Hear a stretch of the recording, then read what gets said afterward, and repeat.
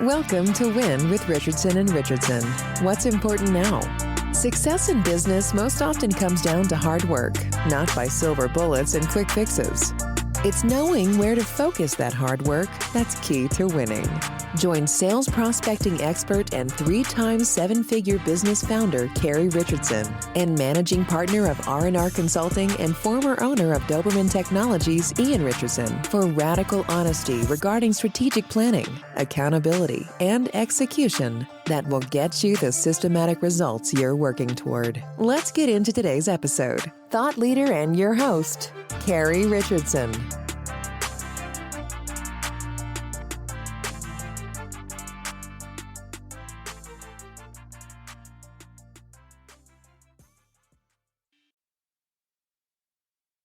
Hello and welcome to Win. I'm Ian Richardson of Richardson & Richardson Consulting and your host, and today I'm joined by Josh Kotler. Josh has been in IT services since graduating from the University of Miami almost 30 years ago. He began selling software, network solutions to law firms where he learned the basics of running and growing a small business.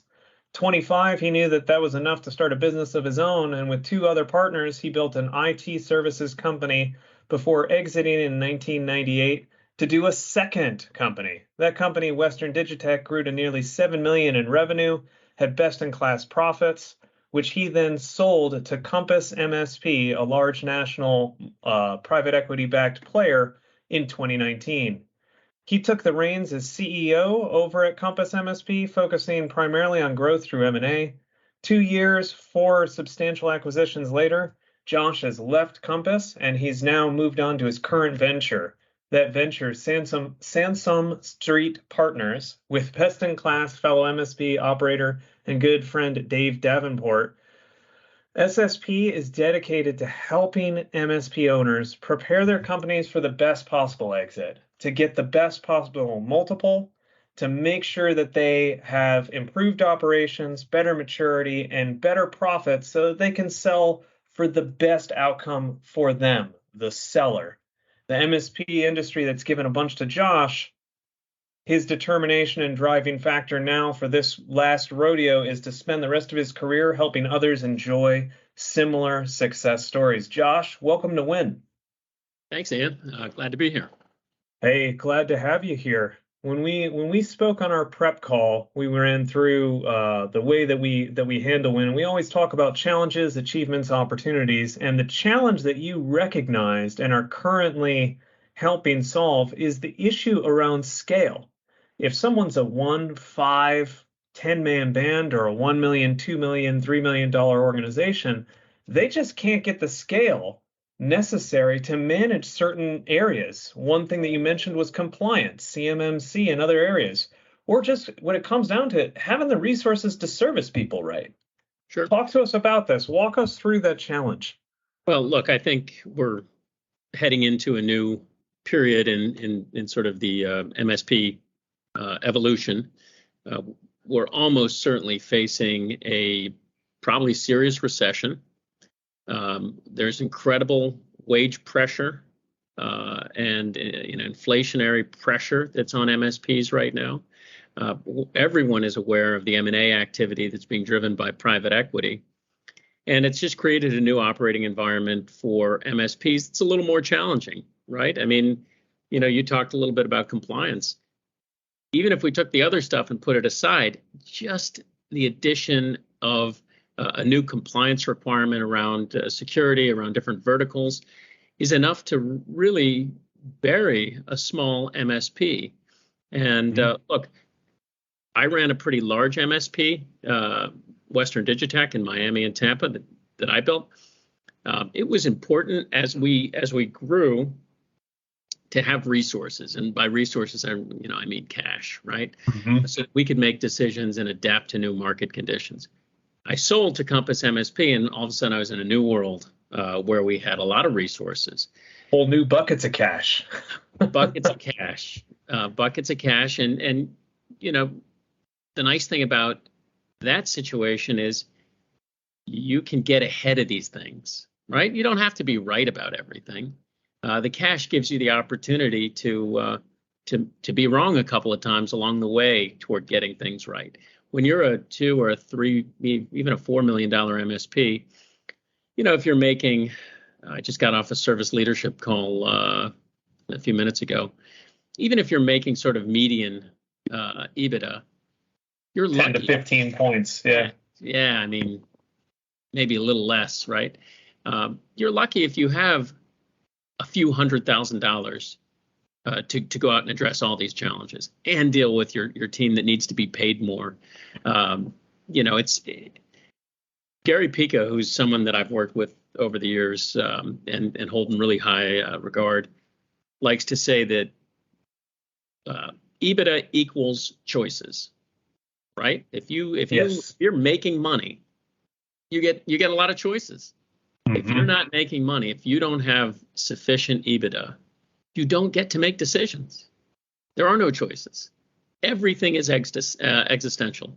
So, that's what I think. That's the thinking that you and I picked up on when we started talking about scale. How can small MSPs get the scale they need to get the resources they need so that they can make some decisions, so that they can get ahead of things, so they can think strategically. And the first way is to sell, right? Yep. That's a form of getting scale. Not everyone wants to do that.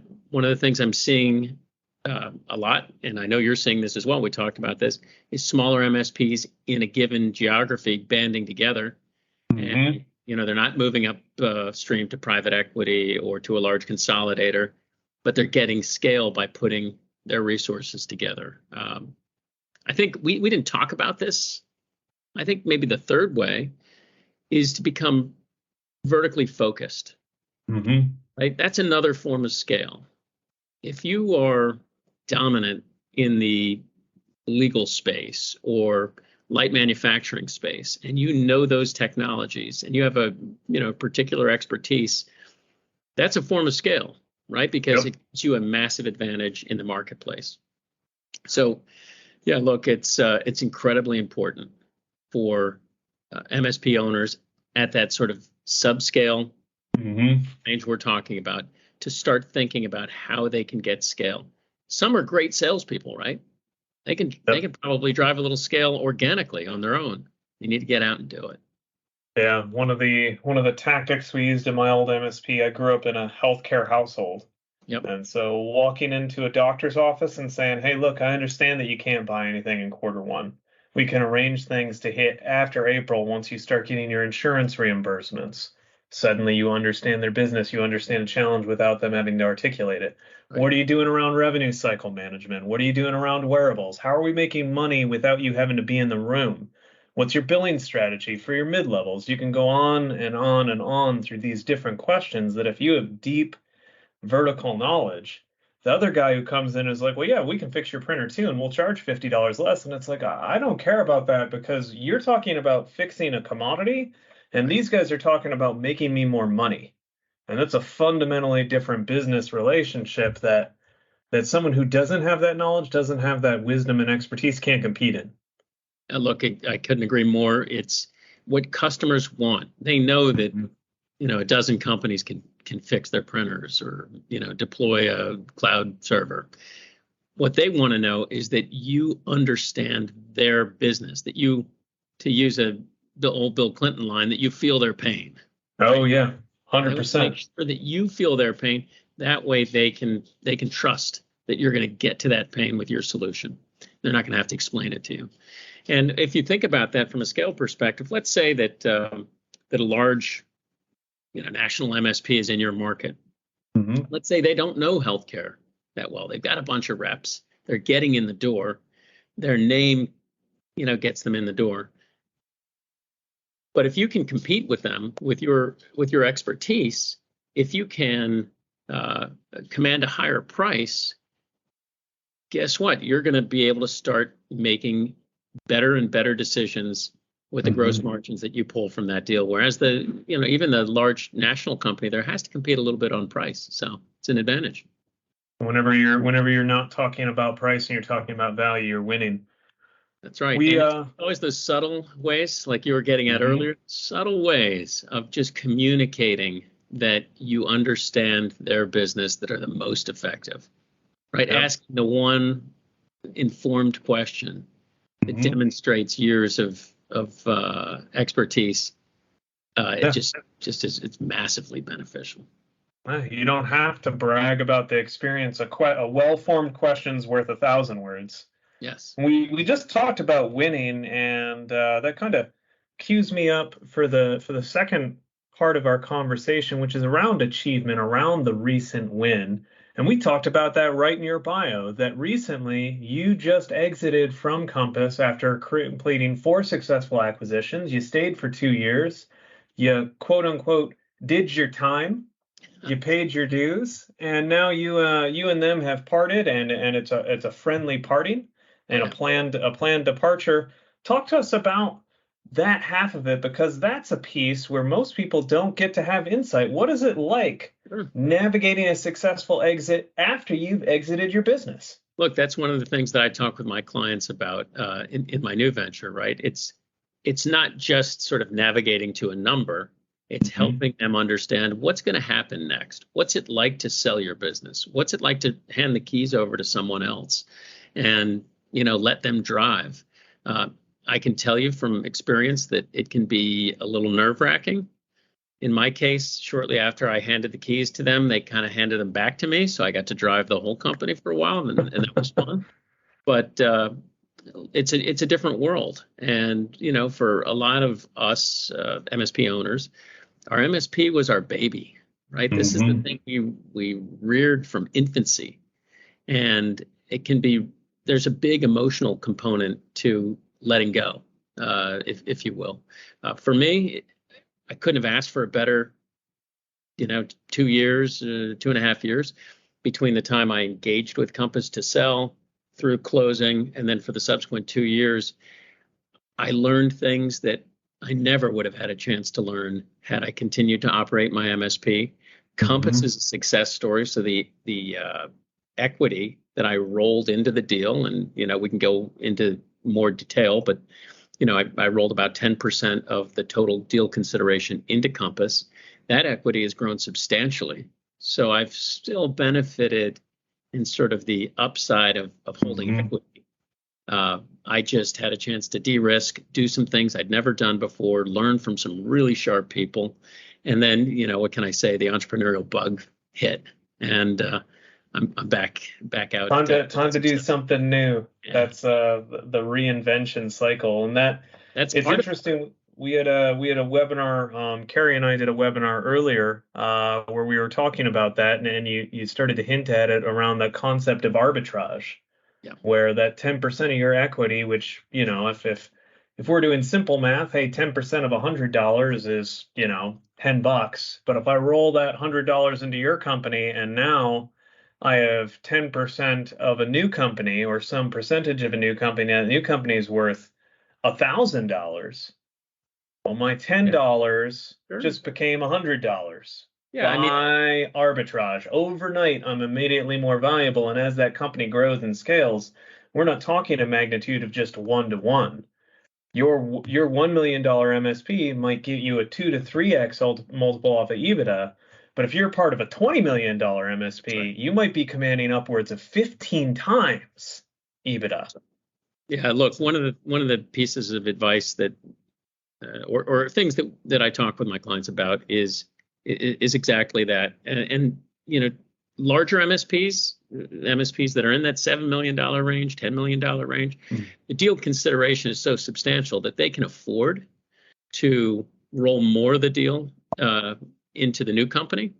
But yeah, that's instant. Let's say, just for the sake of argument, that my business was valued at 7.5 times, right? Yep. Compass and other people, might have different opinions on this, but a large consolidator might be valued at 15 times. So that 10% piece that I took doubles. Overnight. Just doubles the moment I signed the deal. So I didn't understand that as an MSP operator. Didn't understand it. Had no clue. And one of the things that I think Sansom Street Partners does for smaller MSPs or MSPs that are looking to exit is they give them that education ahead of time where you can actually use it to your advantage. Well, and so there's just an interesting piece here around strategy, because if the MSP owner is sticking around, if you're staying as part of this larger organization, and you are rolling equity forward, that's a strategic conversation with your team, with your clients, that, hey, I've got money riding on the success of this thing. I'm in it to win it because I own part of this new company. I'm still an owner. Yes, our name might not be, ABCIT. It's now XYZ company, right, but I am an owner of XYZ. I'm one of many. And so that can, like, the amount of anxiety one could remove and release just by electing to do that pursuit of rolling forward equity, it becomes a very easy with clients to say, I'm not going anywhere. This is an equity thing. This is a money thing.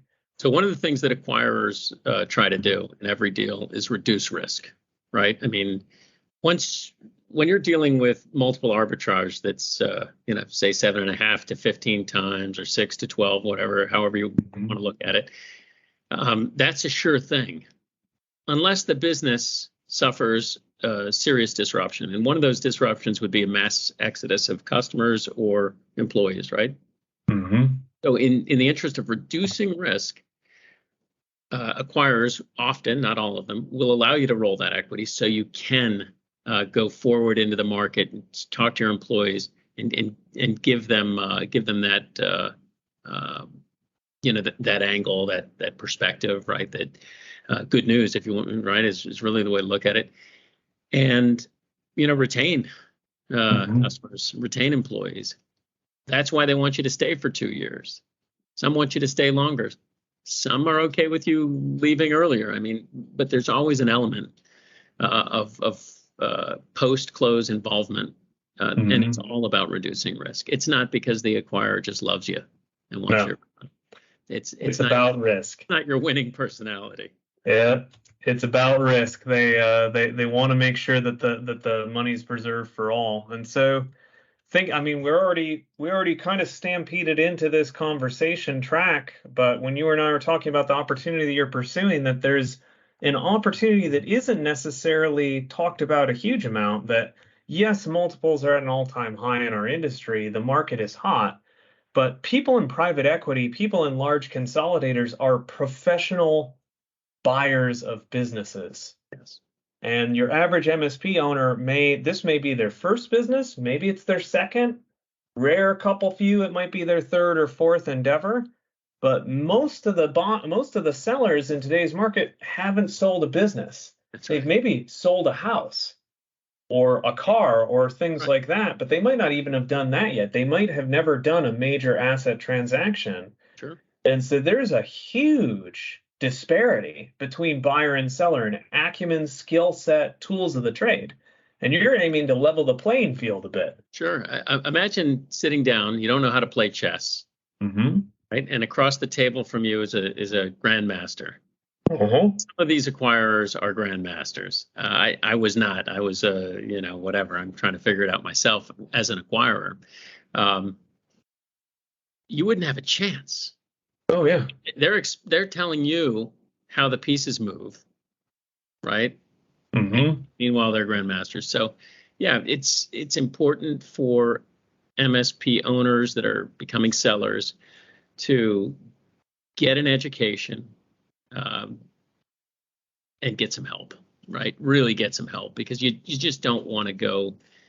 You don't want to go into a gunfight with a knife. It's a bad idea. Yep. You want to be able to service appropriately. You want to be able to have a position of strength at that table, right? Why would you walk into the game with one hand tied behind your back? And most people do. Most people have both hands tied behind their back. And I know this as an acquirer. Look, it's there are a handful of relatively easy to accomplish things that can greatly level the playing field. the best one is to establish a market, right? If you can create a bidding war, then it's almost like getting another couple of grandmasters to help you make moves, right? Yeah. Indirectly, but it helps. Understanding your enterprise value, which is something that most MSP owners, that's a term they're maybe these days may be familiar with, but generally know nothing about.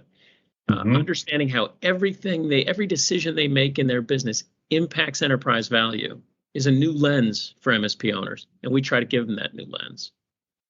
So essentially advocate running that business as if you're selling it tomorrow, even if your timeline's multiple years out.